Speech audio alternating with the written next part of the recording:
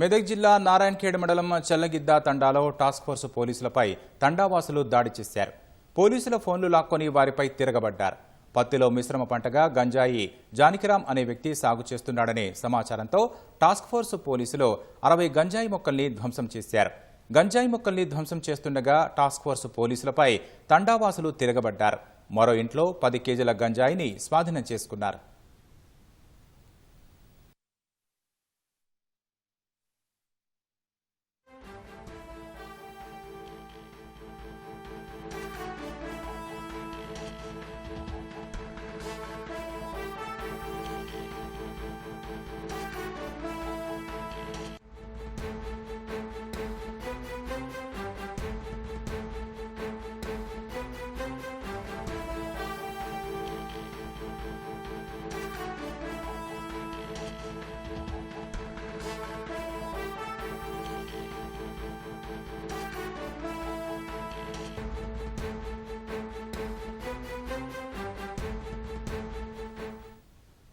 తాజా అంశాన్ని చూస్తున్నాం. మెదక్ జిల్లా నారాయణఖేడ్ మండలం చల్లగిద్ద తండాలో టాస్క్ ఫోర్స్ పోలీసులపై తండావాసులు దాడి చేశారు.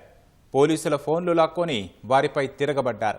పత్తిలో మిశ్రమ పంటగా గంజాయి జానకిరాం అనే వ్యక్తి సాగు చేస్తున్నాడనే సమాచారంతో టాస్క్ ఫోర్స్ పోలీసులు 60 గంజాయి మొక్కల్ని ధ్వంసం చేశారు. గంజాయి మొక్కల్ని ధ్వంసం చేస్తుండగా టాస్క్ ఫోర్స్ పోలీసులపై తండావాసులు తిరగబడ్డారు. మరో ఇంట్లో 10 కేజీల గంజాయిని స్వాధీనం చేసుకున్నారు.